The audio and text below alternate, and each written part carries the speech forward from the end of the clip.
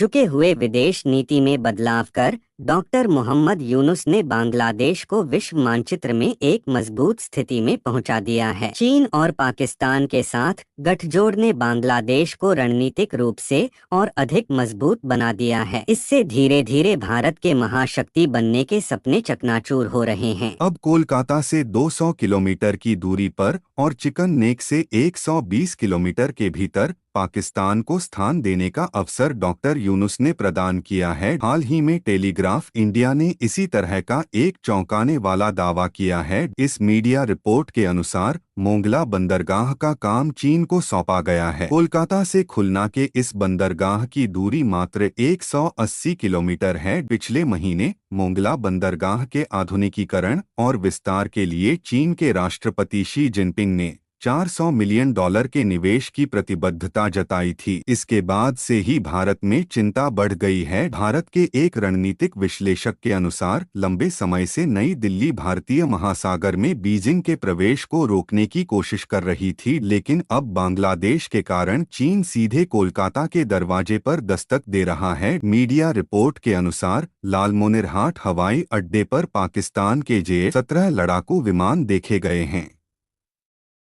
27 मार्च को लालमोनिरहाट हवाई अड्डा भारत के हाशिमारा एयरबेस से मात्र 120 किलोमीटर दूर स्थित है। सूत्रों के अनुसार भारत लंबे समय से चिकन नेक में चीन के प्रभाव को रोकने की कोशिश कर रहा था, लेकिन डॉक्टर यूनुस की सूझबूझ के कारण चीन की उपस्थिति अब बांग्लादेश के दक्षिणी क्षेत्र में बढ़ गई है। वहीं उत्तरी बंगाल को पाकिस्तान घेर रहा है। ऐसी स्थिति में भारत और बांग्लादेश के सरकार प्रमुखों की बैठक अनिश्चित हो गई है। हालांकि स्थिति को संभालने के लिए प्रधानमंत्री नरेंद्र मोदी ने बिम्स्टेक सम्मेलन के दौरान डॉक्टर यूनुस के साथ एक बैठक की। प्रधान सलाहकार की मास्टर स्ट्रोक नीति के कारण बांग्लादेश दक्षिण एशिया की प्रमुख शक्तियों में से एक बन गया है। चीन और पाकिस्तान के बाद अब रूस भी क्षेत्रीय राजनीति में शामिल हो रहा है। हाल ही में बांग्लादेश के सेना प्रमुख जनरल वाकरुज्जमान रूस के निमंत्रण पर मास्को पहुंचे। इस महत्वपूर्ण यात्रा के दौरान